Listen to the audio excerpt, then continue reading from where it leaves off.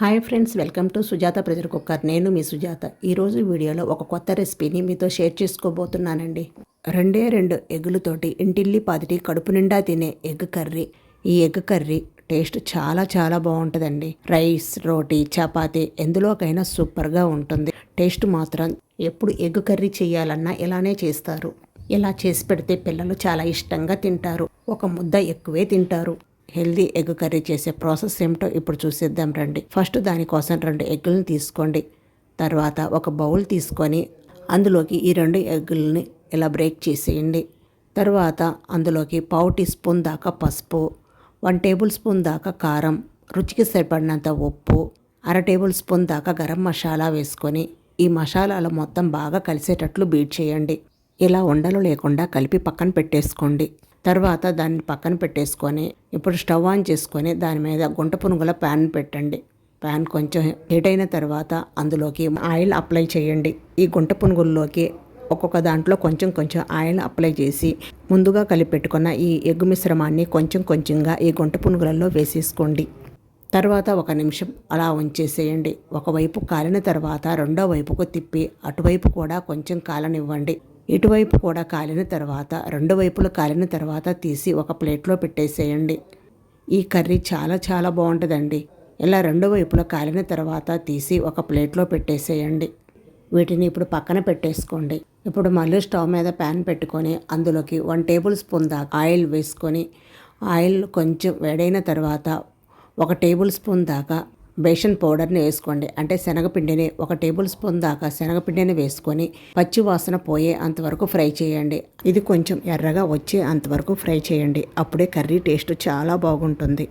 అప్పుడే మనకు శనగపిండి అనేది పచ్చి వాసన లేకుండా ఉంటుంది. ఇలా ఫ్రై అయిన తర్వాత తీసి ఒక ప్లేట్లో వేసి పక్కన పెట్టేయండి. ఇప్పుడు మళ్ళీ అదే ప్యాన్లో 2 టేబుల్ స్పూన్ల దాకా ఆయిల్ వేసుకోండి.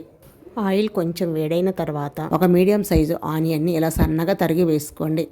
అందులోనే 2 పచ్చిమిర్చిని ఇలా బారుగా సీలికలుగా కట్ చేసి వేసుకోండి. ఇవి ఒక 2 నిమిషాల పాటు ఫ్రై చేయండి. ఎక్కువ ఫ్రై అవ్వాల్సిన అవసరం లేదండి. ఇలా కొంచెం ఫ్రై అయితే సరిపోతుంది. తర్వాత అందులోకి 1 టేబుల్ స్పూన్ దాకా అల్లం వెల్లుల్లి పేస్ట్ వేసుకొని అల్లం వెల్లుల్లి పేస్ట్ పచ్చి వాసన పోయే అంతవరకు ఫ్రై చేయండి. తర్వాత 2 మీడియం సైజు టమోటాలను ఇలా సన్నగా కట్ చేసి వేసుకోండి. ఈ టమోటాలు బాగా మెత్తబడే అంతవరకు మగ్గించండి. ఇలా ఒకసారి కలిపి మూత పెట్టి టమోటాలు బాగా మెత్తపడే అంతవరకు మగ్గించండి. ఇప్పుడు మూత తీసి చూద్దాం. చూడండి, టమోటాలు బాగా మెత్తపడిపోయినాయి కదా. ఇప్పుడు ఒకసారి బాగా కలిపి మళ్ళీ మూత పెట్టి ఆయిల్ పైకి వచ్చే అంతవరకు మగ్గించండి. చూడండి, ఆయిల్ పైకి వచ్చేసింది కదా. ముందుగా మనం ఫ్రై చేసిన శనగపిండిని వేసేసుకొని ఒకసారి బాగా కలిపేసేయండి. ఈ శనగపిండి అనేది టమోటా ప్యూరీలో బాగా కలిసిపోవాలి. కలిపిన తర్వాత 1/2 టేబుల్ స్పూన్ దాకా పసుపు, 1 టేబుల్ స్పూన్ దాకా కారం, రుచికి సరిపడినంత ఉప్పు వేసుకొని ఒకసారి బాగా కలిపి పచ్చి వాసన పోయే అంతవరకు ఫ్రై చేయండి. అంటే ఆయిల్ సపరేట్ అయ్యే అంతవరకు మూత పెట్టి మగ్గించండి. అప్పుడే కర్రీ టేస్ట్ చాలా బాగుంటుంది. ఇప్పుడు మూత తీసి చూడండి, ఆయిల్ సపరేట్ అయ్యింది కదా. ఇప్పుడు మరొకసారి బాగా కలిపి 1 గ్లాసు వాటర్ యాడ్ చేయండి. ఒకసారి బాగా కలిపి మనం ముందుగా ఉడికించుకున్న ఎగ్ గుంట పునుగులు ఉన్నాయి కదండి, ఆ గుంట పునుగులు ఇందులో వేసేసుకోండి. ఇప్పుడు ఒకసారి వాటిని అటు ఇటు కలిపేసేయండి. అంటే ఈ టమోటా ప్యూరీ మొత్తం ఈ ఎగ్ మిశ్రమానికి పట్టి టేస్ట్ చాలా బాగుంటుంది. ఇప్పుడు మూత పెట్టి ఒక 5 నిమిషాల పాటు ఉడికించండి. చూడండి, 5 నిమిషాల తర్వాత ఆయిల్ పైకి వచ్చింది కదా.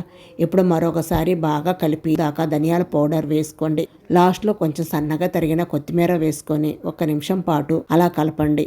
అంతేనండి, ఎంతో టేస్టీగా ఉండే ఎగ్ గుంట పునుగుల కర్రీ రెడీ అయిపోయింది. టేస్ట్ మాత్రం చాలా చాలా బాగుంటుందండి. తప్పకుండా ట్రై చేయండి. ఈ వీడియో మీకు నచ్చితే లైక్ చేసి మీ ఫ్రెండ్స్ అండ్ మీ ఫ్యామిలీ మెంబర్స్కి షేర్ చేయండి. అలాగే మీరు కూడా ట్రై చేసి మీకు టేస్ట్ ఎలా అనిపించిందో నాకు కామెంట్ రూపంలో తెలియచేయండి.